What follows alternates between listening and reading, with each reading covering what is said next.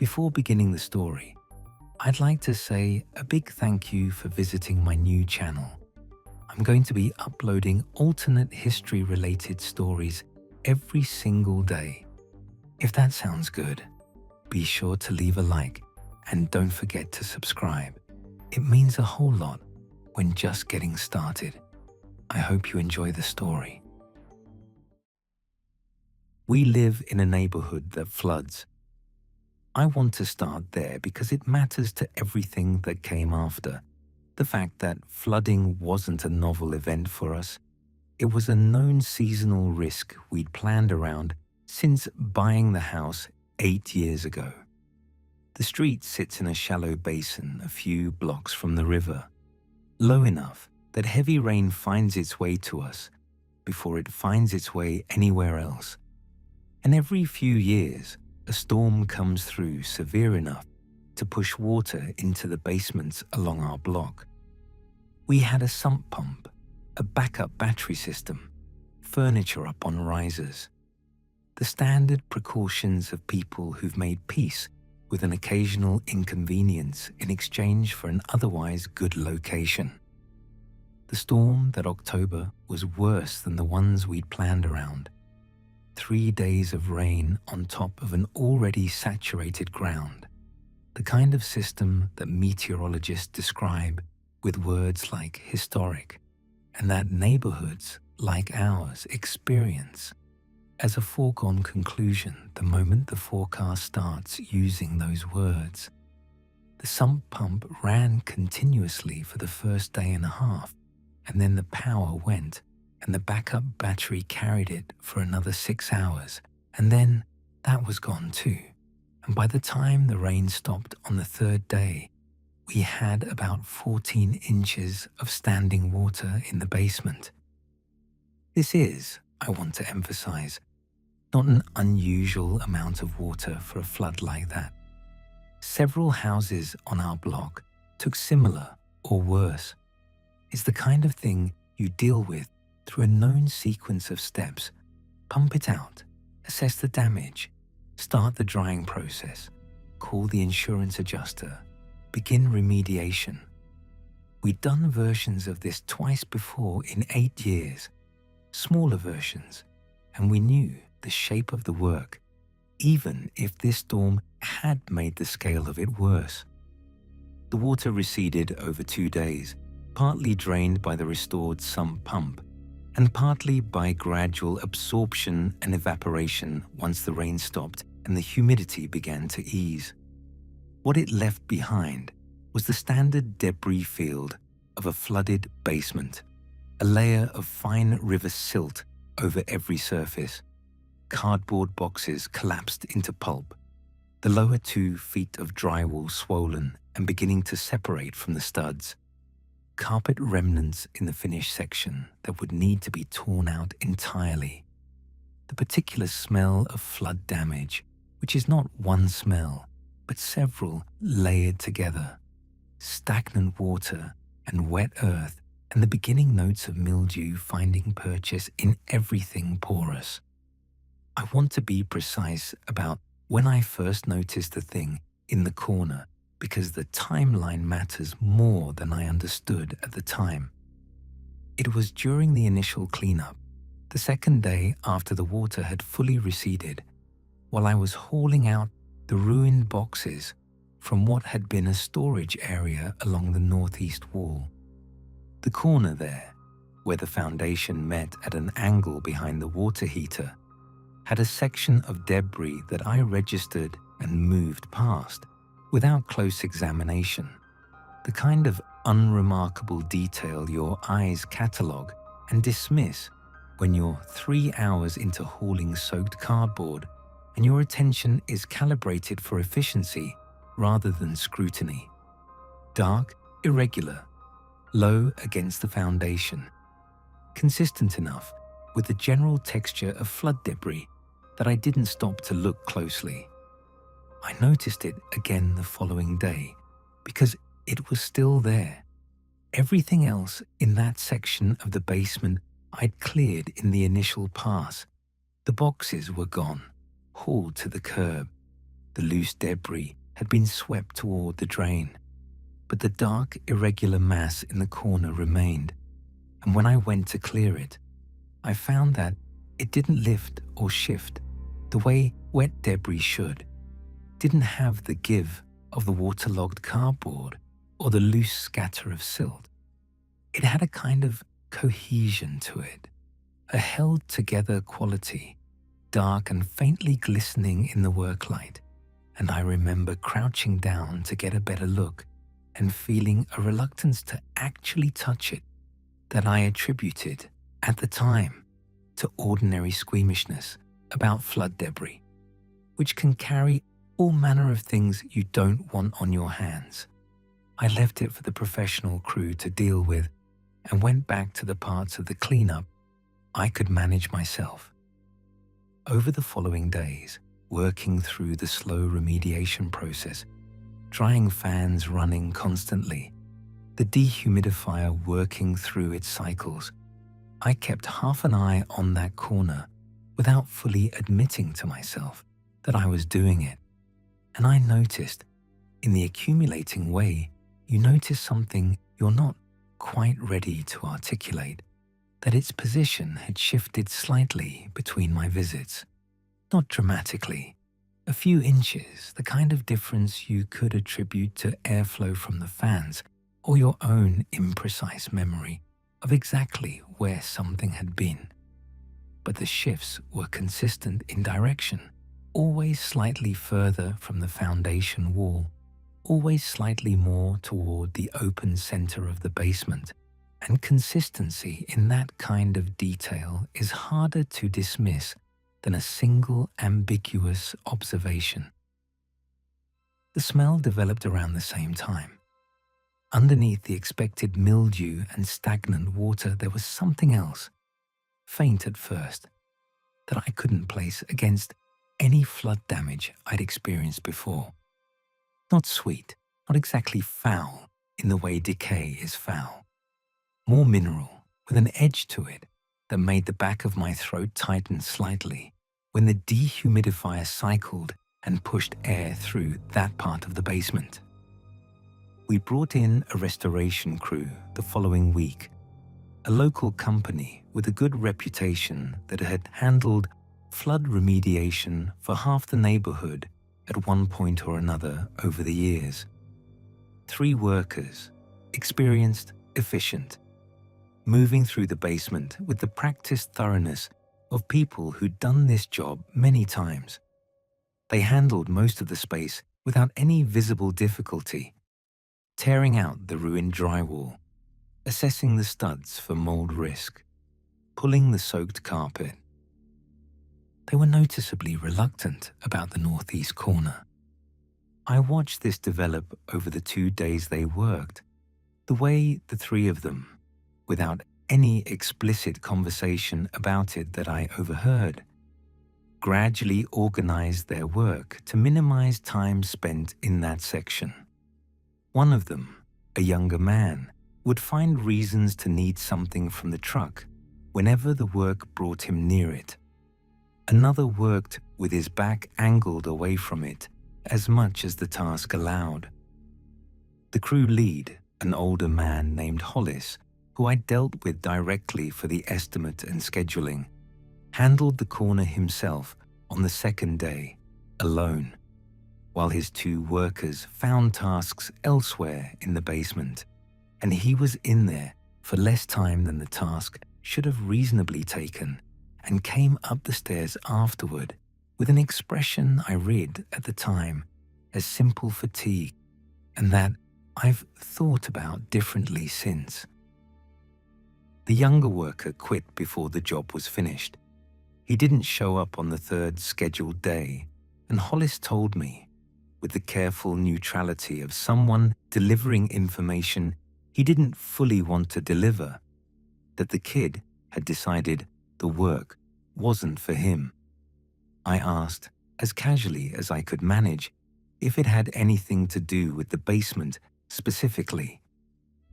Hollis looked at me for a moment, with an expression that suggested he was deciding how much to say.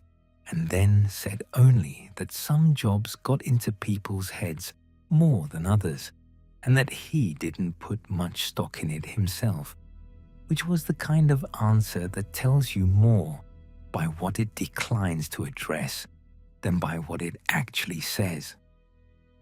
I started doing my own research after that, the unfocused late-night kind that begins with specific search terms and drifts into increasingly tangential corners of the internet. Most of what I found about flood damage was the standard material, mold risk, and structural concerns, and insurance guidance. Useful, but not relevant to what I was actually trying to understand. But buried in flood-prone community forums, in the kind of long, unmoderated threads where long-time residents of low-lying areas trade practical advice, I found scattered, oblique references to something else. Nobody used a consistent name for it. The references were indirect, often buried in unrelated threads about flood remediation, mentioned almost in passing by posters who seemed reluctant to elaborate when asked directly. The general shape of what people described was this: in major flood events, severe enough and prolonged enough, something occasionally came in with the water that wasn't accounted for in any standard remediation process. Not contamination in the conventional sense, not the bacterial or chemical concerns the standard guidance addressed. Something that settled into structures during the flood and, if not addressed quickly and aggressively, took hold in the ways that became progressively harder to remove. The posts that went into any detail described exactly the kind of thing I'd been noticing: a presence rather than a substance, something that seemed to relocate slightly between observations, accompanied by a smell that several posters described in terms close to what I'd been noticing myself. Most responses to these posts were dismissive, the kind of pushback you'd expect. People attributing it to settling, to imagination, to the general disorientation of dealing with disaster recovery. But a minority of responses, from posters who identified themselves as long-term residents of similarly flood-prone areas, treated the phenomenon as an established, if rarely discussed, local hazard, the kind of thing people knew about without wanting to discuss openly, because discussing it openly didn't help and tended to make people look unstable. I went back down to the basement with this loose, unsatisfying framework in mind and started paying closer attention to the house itself rather than just the corner. What I found, once I started looking carefully, was that the change had moved beyond the original location. The foundation wall along the northeast section, when I ran my hand along it, had a texture in places that didn't match the surrounding concrete, a subtle difference in temperature and grain that was hard to articulate precisely, but was unmistakable once I'd noticed it, the wall feeling almost slightly soft in patches where it should have been uniformly hard. I tested this against an unaffected section for comparison, and the difference held up.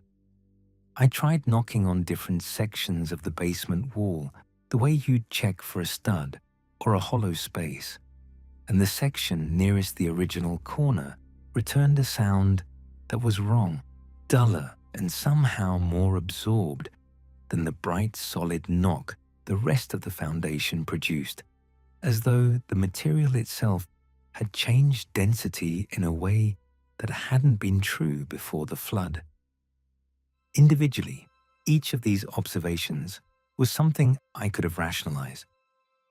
Foundation settling after a major flood is real and documented. Sound differences in concrete can result from moisture content. I had explanations available for every single piece of evidence in isolation.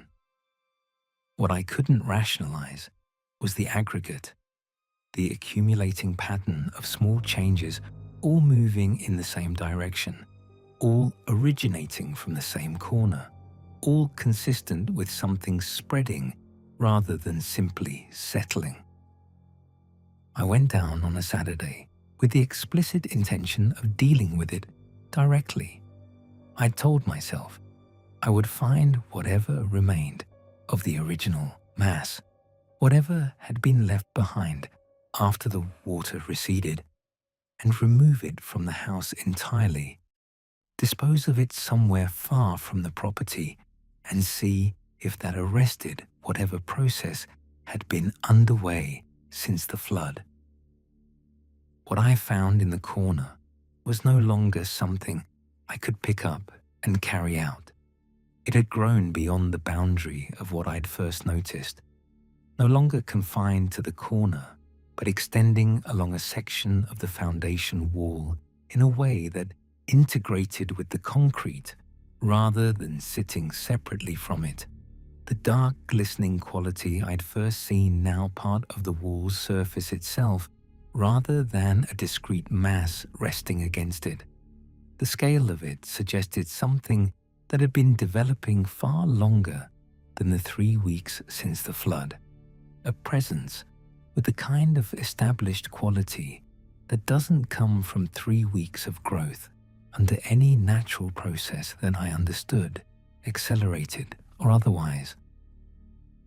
I stood in the basement for a long time looking at it.